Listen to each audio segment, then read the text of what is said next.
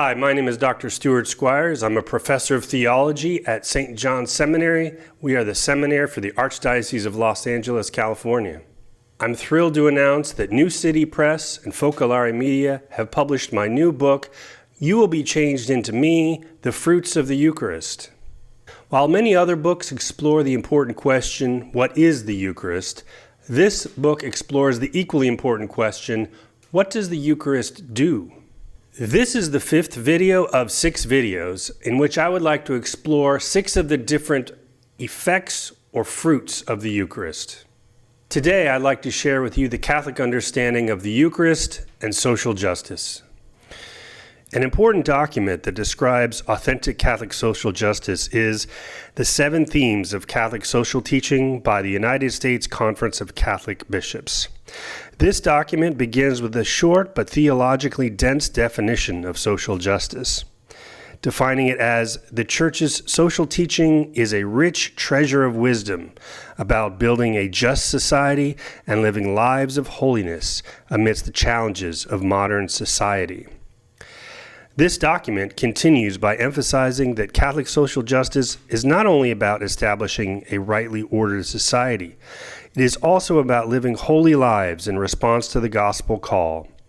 It emphasizes the dignity of the human person created in the image and likeness of God, marriage, family, social participation, the protection of human rights, especially the fundamental right to life, the fulfillment of familial and societal responsibilities, the option for the poor and marginalized, the rights of workers, human solidarity, and the stewardship of the gift of creation.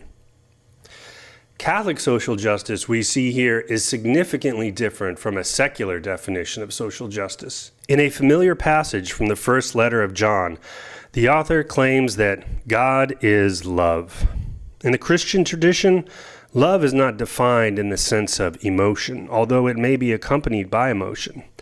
As C.S. Lewis defines it in Mere Christianity, love is a state not of the feelings, but of the will. That state of will which we have naturally about ourselves and must learn to have about other people.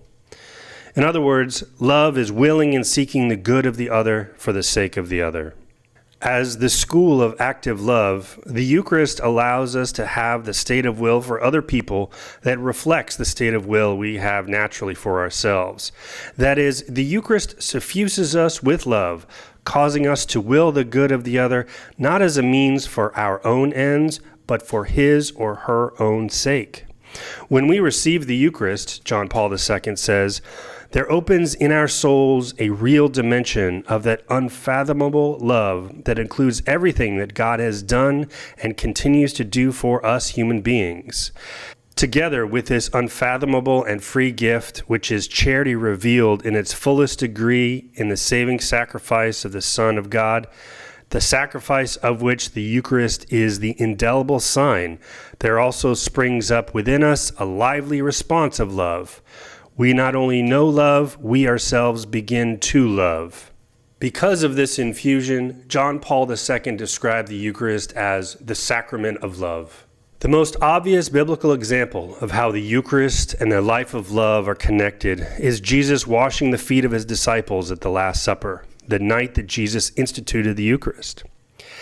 As Jesus explained to his disciples that night after washing their feet, he said, I, therefore, the master and teacher, have washed your feet. You ought to wash one another's feet. I have given you a model to follow, so that, as I have done for you, you should also do.